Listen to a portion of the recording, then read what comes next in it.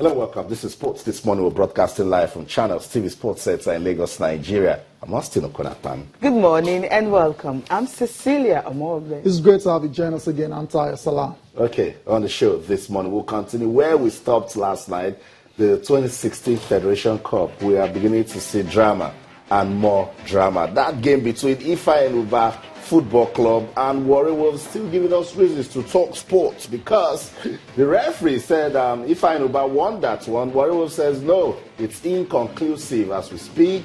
They are still in Abeokuta protesting that result. Federation Cup palaver. It's a serious one because I understand what happened to Warri Wolves, but walking out of the pitch is definitely not the way out, or rather chasing referee around.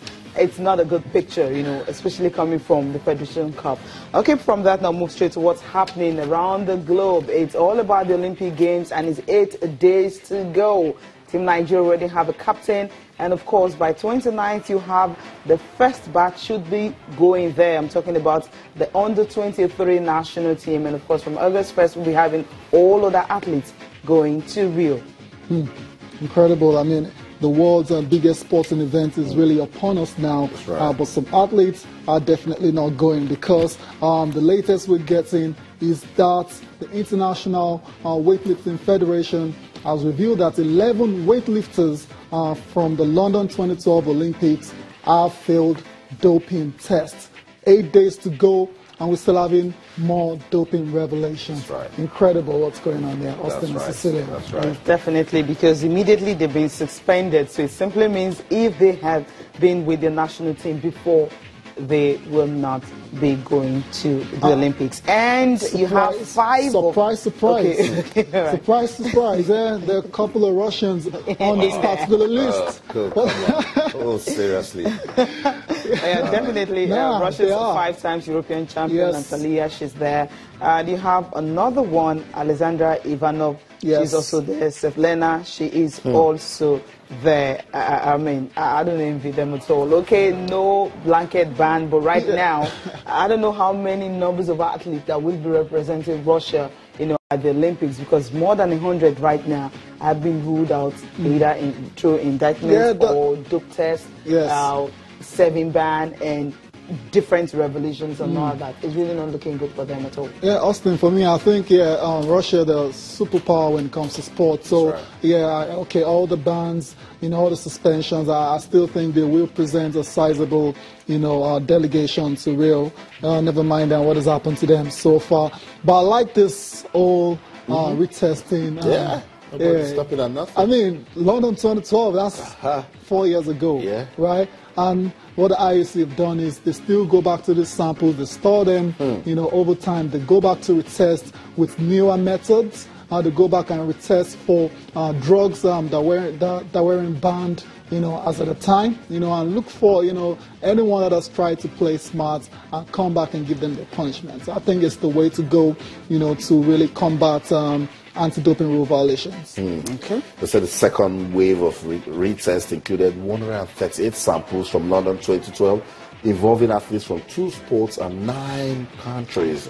The London 2012 retest produced 15 failures. 15 failures, guys. It means the IOC, WADA, and everyone that is ensuring that sports is clean, they're stopping at nothing. Nope. Big reminder to everyone going to Rio now. Because first thing first, when you get there, there's a testing lab waiting for you. It has been commissioned, it has been approved. Yes. As soon as you get into Rio, hey, welcome, come here first. They test you. They know some of the components in your body. When you start behaving like a machine, come again. Let us check you. They check you, and then you break a record. You're staying with them for 1 week. They're examining you. It's good, guys. It's good because this is a shame. You went to the London 2012 Olympics, you got a gold medal, and then 4 years after, they're calling you back and say, look, you weren't clean. You know, so it's not good. It's not good. So this just sends a reminder again to everyone out there that even if you beat the gun, then they're still watching you. That's it. That's the message. Yeah, I mean,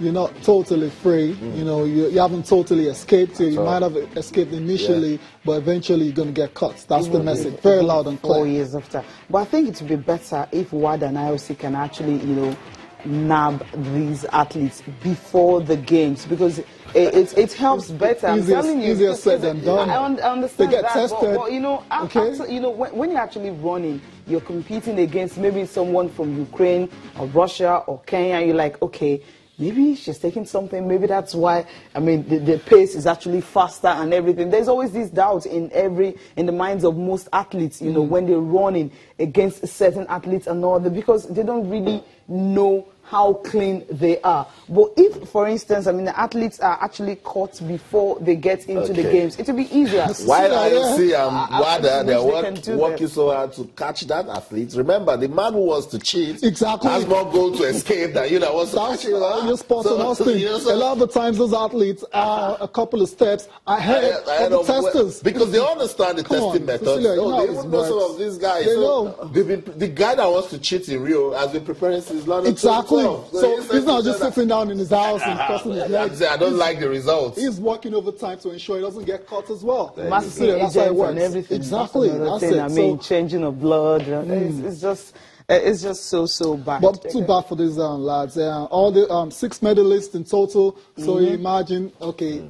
Definitely, they will be taking those medals back and be given to other people now that are deserving of them. That's the way it is. Imagine if I was at London 2012, I got a silver and Whitley. Yeah, that's when it became close. I become close to the podium at all. Belarus, Armenia. I mean, okay, I'm happy that there's no Nigerian there. Okay, we live in the middle of London. Okay, think about IOC president right now. I mean, he's actually visiting the place where fans are going to be watch the games live, and with other, you know, the director of, you know, the games, all of them talking about what's going to happen and how excited they actually are, you know, having to see this place put in place. They've spent so much money trying to make these games one of the best and the most glamorous, and of course, no doubt, they're actually doing that. Yeah, that's for the Boulevard. But before that, the media center has been inaugurated by the real mayor, so Austin. So they understand that we need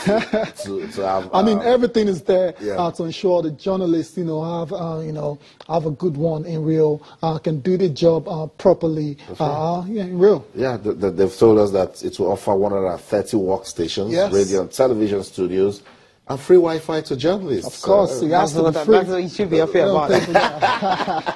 So that one has been inaugurated in Rio. The mayor, Eduardo Paes, actually inaugurated that one. Good one, because journalists need to be, you know, comfortable to actually disseminate information at the game. So we know of security, we've been talking about infrastructure, now journalists, we have a media center, so it means we are so ready. And while the media centers get ready, Cecilia, you mentioned Thomas Bach, the IOC president, visiting the Boulevard. That's another important place for the Olympics. And for Brazil, in all of this, it just tells their readiness. 8 more days to go and they're getting set. Yeah, media center ready, of course, the fan zone ready, and what they should be concerned about now is how to actually secure the place, because you never can tell what will happen. You just have to put the right things in place for you to have a wonderful game. But I trust Brazil. I know what they can do.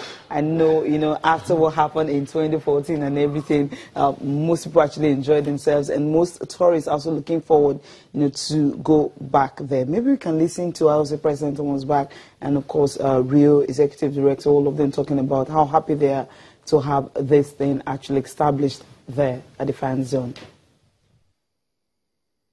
Will be the place to be. This will be the place to celebrate together the Olympic spirit. This will be the place to share the Olympic experience with each other, among the Cariocas and with the visitors of the whole world. We wanted the games to make a great change in the city. I mean, Rio still is a city that faces lots of challenges, as you know, our country. But this is a much better city than what it was before the games. The changes, the things that we had here in the past few years are amazing. So now we start the party, the celebration, and the great celebration of sports. It's amazing what the Olympic Games brings to the city, and for this area, I have no doubt that it brings thousands and thousands of people that are coming here. According to IOC President Thomas Bach, that's the place to be, guys. He said that's the place to celebrate the Olympic spirits. Wow. 1 million tourists are expected to visit Brazil. Wow, that's huge. Wow. That's huge. Million. That's really huge. I mean, the city is going to be buzzing with all the... Of course it will. It will. But then going back to what you said earlier, security is definitely is on the front burner, because all the centers, we're talking of the Games Village, the Olympia, the media center, the fan zones, everywhere has to be secured. Security has to be very robust, to prevent any disaster. So from what we've seen so far, I think the authorities, they've put everything in place, in terms of getting ready, to ensure that nothing really happens that's going to be very disastrous. So yeah, it's a good one. 8 days to go. Yeah. We're almost there. That's and right. I can't wait for August the 5th. When the opening ceremony holds. Start feeling the fever. Let's celebrate that Boulevard once again, guys. As big screens will be installed at 5 points throughout the city. So just imagine if you're like 30 minutes late to the game, wherever you are, I say giant screen, you just stay right there. You can catch up with the action. That's what it is, guys. Lovely. Including 2 in the Olympic Park, which will be restricted for ticket holders, and in the newly modeled Madureira Park in Rio's North Zone. So everywhere at any point in time, what they're trying to do is you must feel the Olympics. Of course. Yeah, so if you have the ticket and you can get into the stadium, you definitely have to go to the Olympic Park and, of course, get to watch some of these games. I wish you can just see pictures of that, It's really, where after the inauguration, by IOC President, when he visited the place, rather, it is really something huge that everyone is looking forward to. And those who want to go to Rio right now, after seeing that, especially the media center and everything, you would definitely want to see. This is actually, the inauguration of the media center we talked about earlier. I mean, if you see these computers and everyone is going to work with, it's something that people will love. Austin is still grinning, cheek to cheek because of the free Wi-Fi. Come on, Cecilia, give me a she just did that to you. She did that to you on It's okay. On I need the free Wi-Fi to actually communicate with you guys when we're in Rio. But it's all good. This tells you that, yes, they also take communication very seriously. They know that journalism is very pivotal to the success of the game. Surely. So, we're glad. It's good news. It's good news for Rio. So they really said, so those who were saying, how will it be for the Brazilians? They're telling you that, look, not about the negative sides. We have all the things taken care of and everything is ready. And we'll definitely be ready.